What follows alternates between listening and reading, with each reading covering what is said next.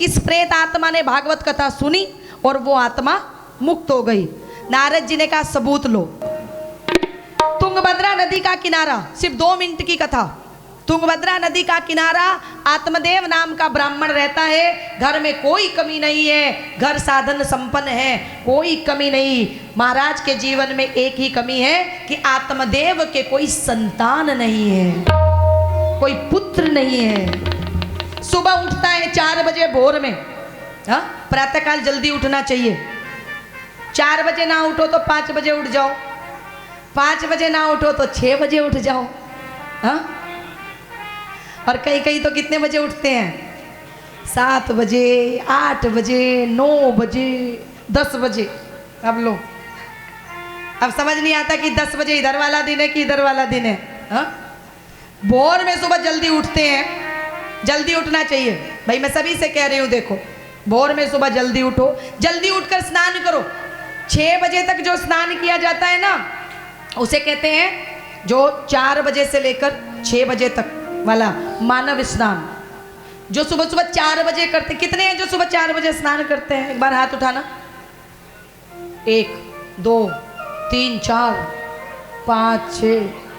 चलो, 4 बजे वाला स्नान है ऋषि स्नान। चलो, वो ऋषियों के लिए है, संतों के लिए है, हमें कोई जरूरत नहीं।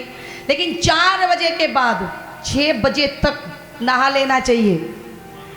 हाँ, उसको कहते हैं मानव स्नान। और 6 बजे के बाद जो नहाता है, 7 बजे, 8 बजे, 9 बजे, 10 बजे, 11 बजे, 12 बजे तक नहाते हैं। और कहीं कहीं तो मैंने देखा रात को नहाकर सोते हैं।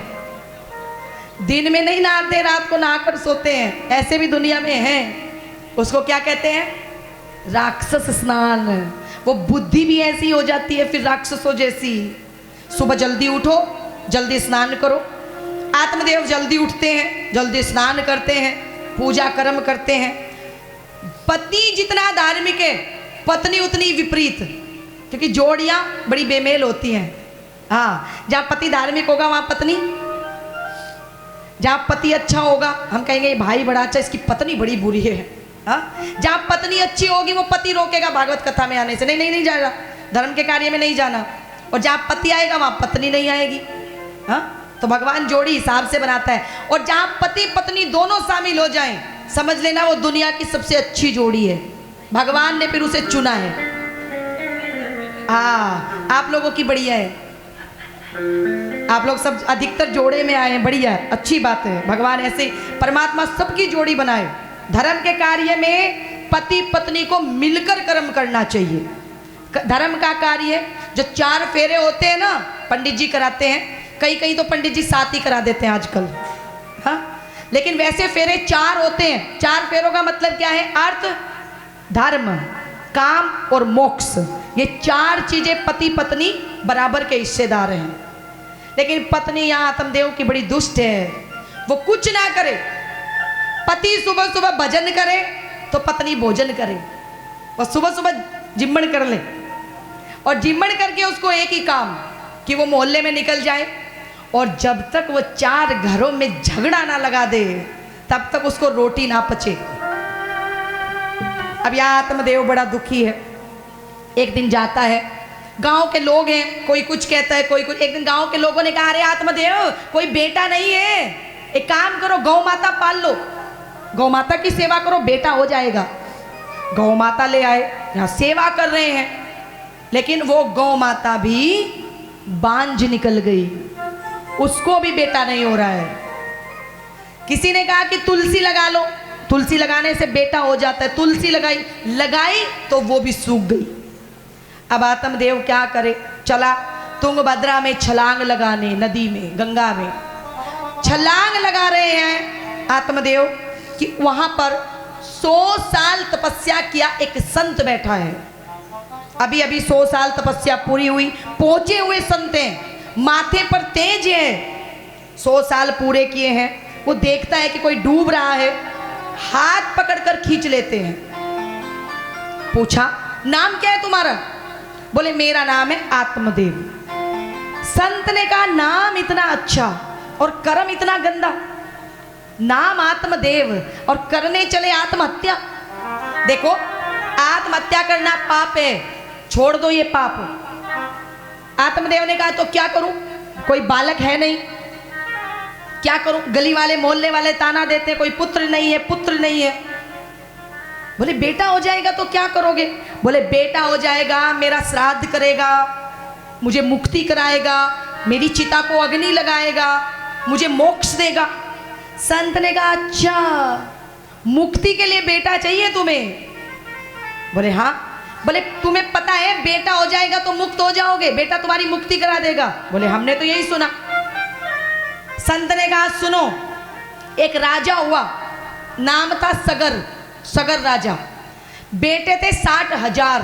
कितने बेटे थे? 60,000। 60,000 बेटे एक राजा की मुक्ति नहीं करवा पाए। जब 60,000 बेटे मुक्ति नहीं करवा पाए, एक बेटा मुक्ति करवा देगा? कोई किसी की मुक्ति नहीं करवाता, ना बेटा ना बेटी, ना पति ना पत्नी। मुक्ति हमारे कर्म करवाते हैं। बेटा बेटी के चक्कर में ज्यादा मत उलझो, हमारे कर्म हमारी मुक्ति करवाते हैं। एक काम करो, मेरे साथ चलो, बाबा बन जाओ। आत्मदेव ने कहा बस यही तो बात है कि तुम्हें संतों को अपना दुख कहो तो तुम कहते हो बाबा बन जाओ। अरे मुझे बाबा नहीं बनना, मुझे तो बेटा चाहिए। और देखो बाबा जी, आप पहुंचे हुए संत हो, आपके माथे पर बड़ा तेज है, मैंने देखा है। आप अभी अभी 100 साल तपस्या करके उठे हो, आप अगर चाहो तो मुझे बेटा हो सकता है। अरे बेटे की चाह रख रहे हो, कुछ और मांग लो। बोले बाबा कोई ऐसा आशीर्वाद दे दो बेटा हो जाए।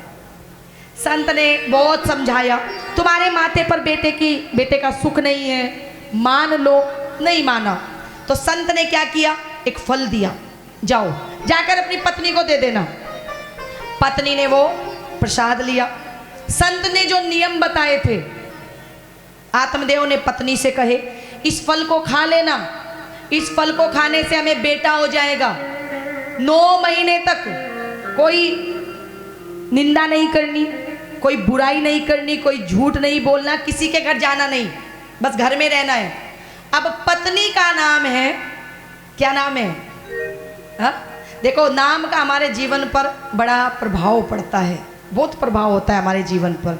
जैसा हमारा नाम होता है ना, वैसे ही हमारी बुद्धि होने लगती है। तो पत्नी यहाँ पर बिल्कुल विपरीत है। पत्नी कहती है अगर मैं इस फल को खा लूंगी तो मैं गर्भवती हो जाऊंगी, गर्भवती हो जाऊंगी, घर में कोई चोर आ गए तो सब तो भाग जाएंगे, मैं भाग नहीं पाऊंगी। वो उल्टा सोच रही है।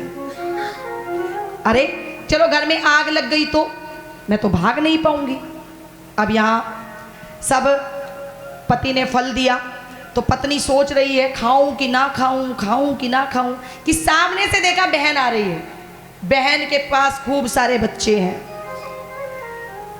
बहन आकर पूछती है, सारी बात बताई। एक काम करते हैं, ये फल तू गाय की टोकरी में डाल दे, मैं तुझे एक बच्चा दूंगी, तू बदले में मुझे धन दे देना।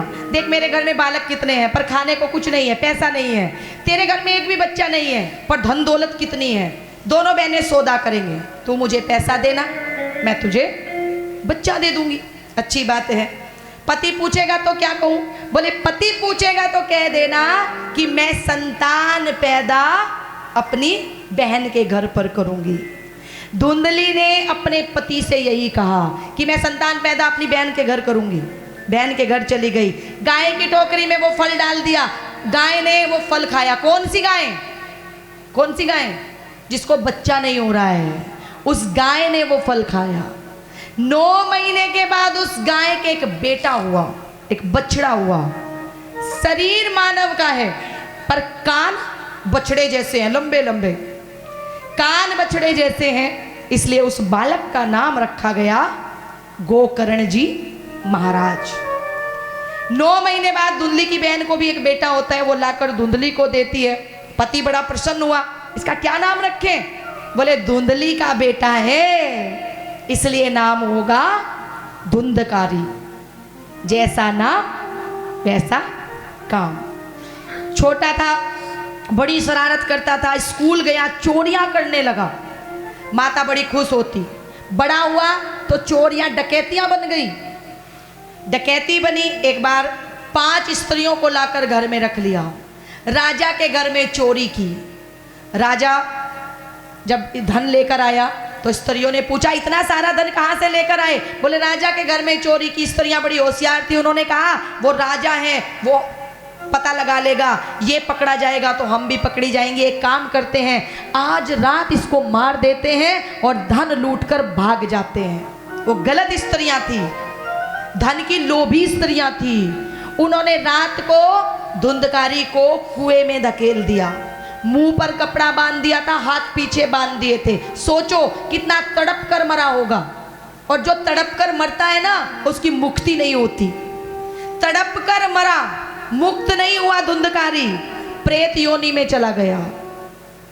इधर भाई हैं गोकर्ण महाराज, वो एक बार कहीं जा रहे थे।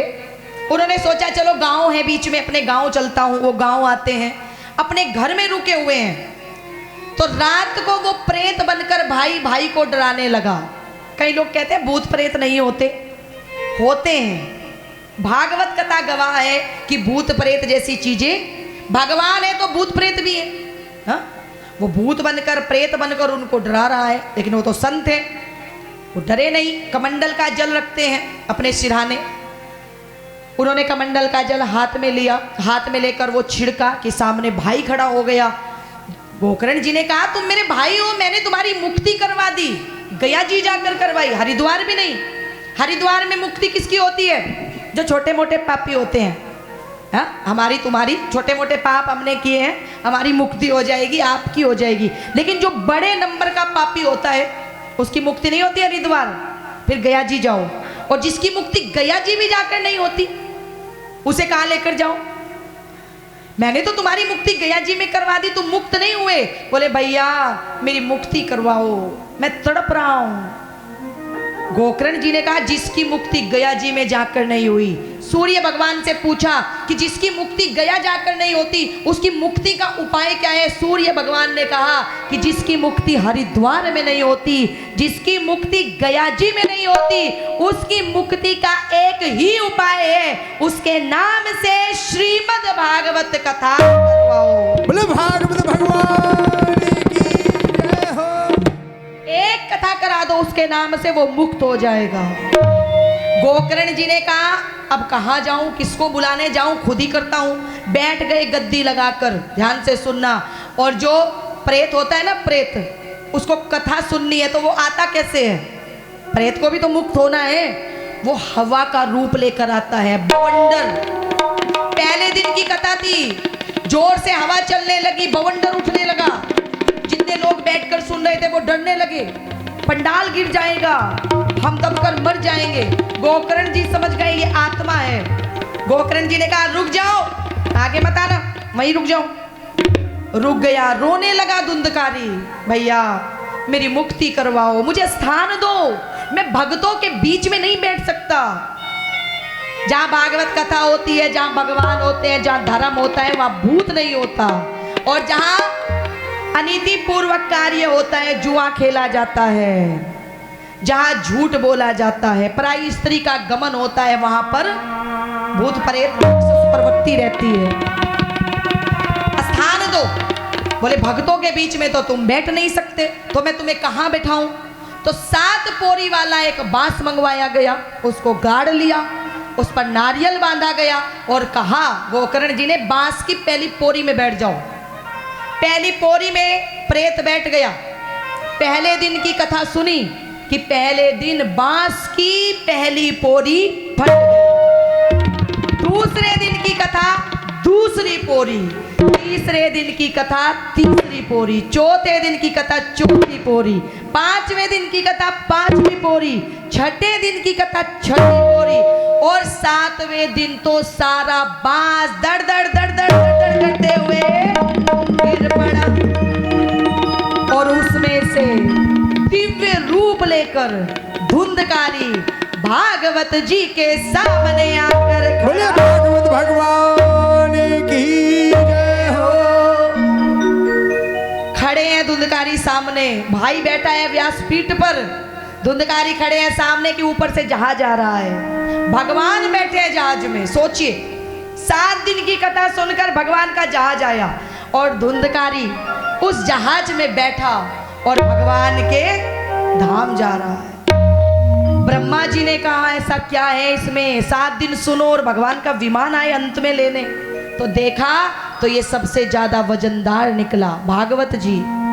जितने लोग वहां बैठे थे सबने लड़ाई झगड़ा शुरू कर दिया।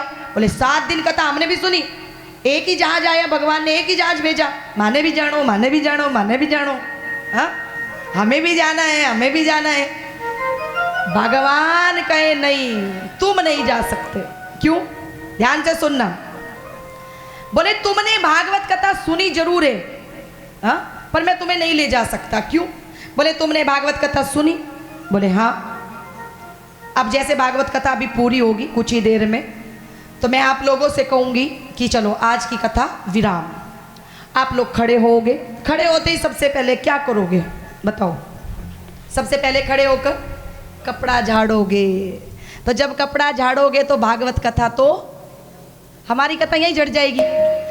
हम आपके जाने के बाद अपने कमरे में जाएंगे।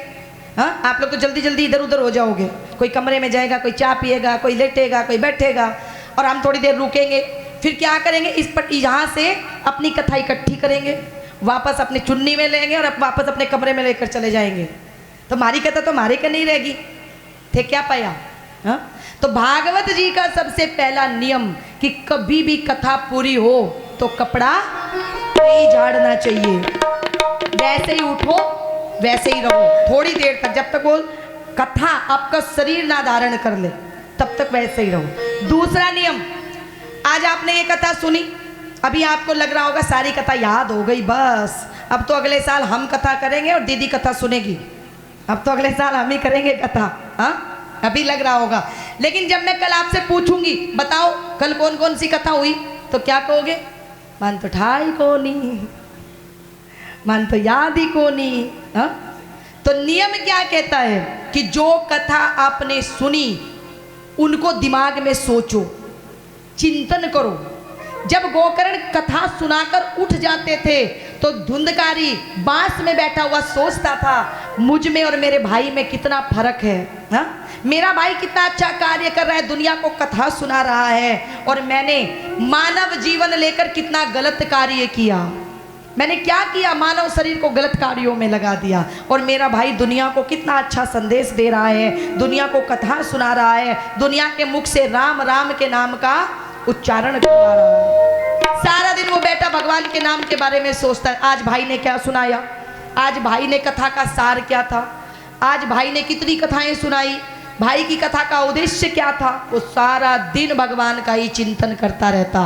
तो भगवान कहते जो मेरी कथा केवल सुनता ही नहीं, सुनना तो अलग बात है, जो मेरी कथा श्रवण करता है, चिंतन करता है, मनन करता है, उसको लेने तो अंत में भगवान का विमान ही आए।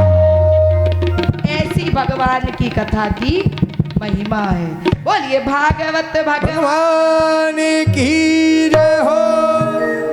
आज की कथा केवल भागवत जी का महात्म था। महात्म माने महत्व, कि भागवत कथा सुनने से क्या होता है, परिचय मानो तो परिचय। आज मैंने केवल आपको परिचय दिया। कल की कथा भाव से शुरू हो जाएगी। कल की कथा में वृंदावन से ठाकुर जी आएंगे और विदुर जी के घर भगवान छिलके का भोग लगाने जाएंगे, और हम और आप मिलकर गाएंगे आज हरि आए विदुर घर पावना। पावना मतलब समझते हो ना? हाँ, तो विदुर जी के घर कर पावना बनकर जाएंगे ठाकुर जी। कल खूब उनको छिलके का भोग लगाया जाएगा।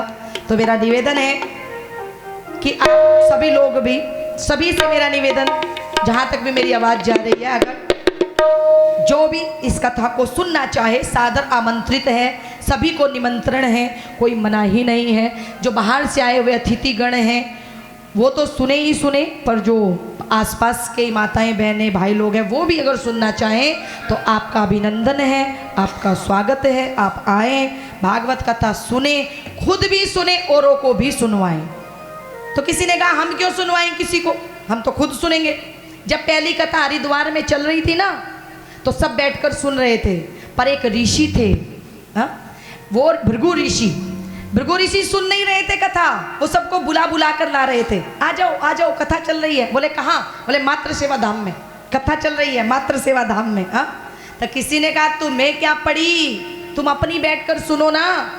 तो भृगु ऋषि ने कहा नहीं, अगर मेरे माध्यम से कोई 2 लोग भी कथा सुनते हैं ना, तो उनके सुनने का जो पुण्य होता है वो उस व्यक्ति को प्राप्त होता है जो भागवत कथा में किसी को बुलाकर लाता है। तो इसलिए मैं सबको इकट्ठा कर रहा हूँ। भगवान के भक्तों को जो इकट्ठा करता है वो भगत भगवान को बड़ा प्यारा होता है। जो भगवान के भक्तों को दूर करता है, भगवान कहते हैं उसे मेरे क्रोध की अग्नि में जलना पड़ता। इसलिए इकट्ठा करने का काम करो।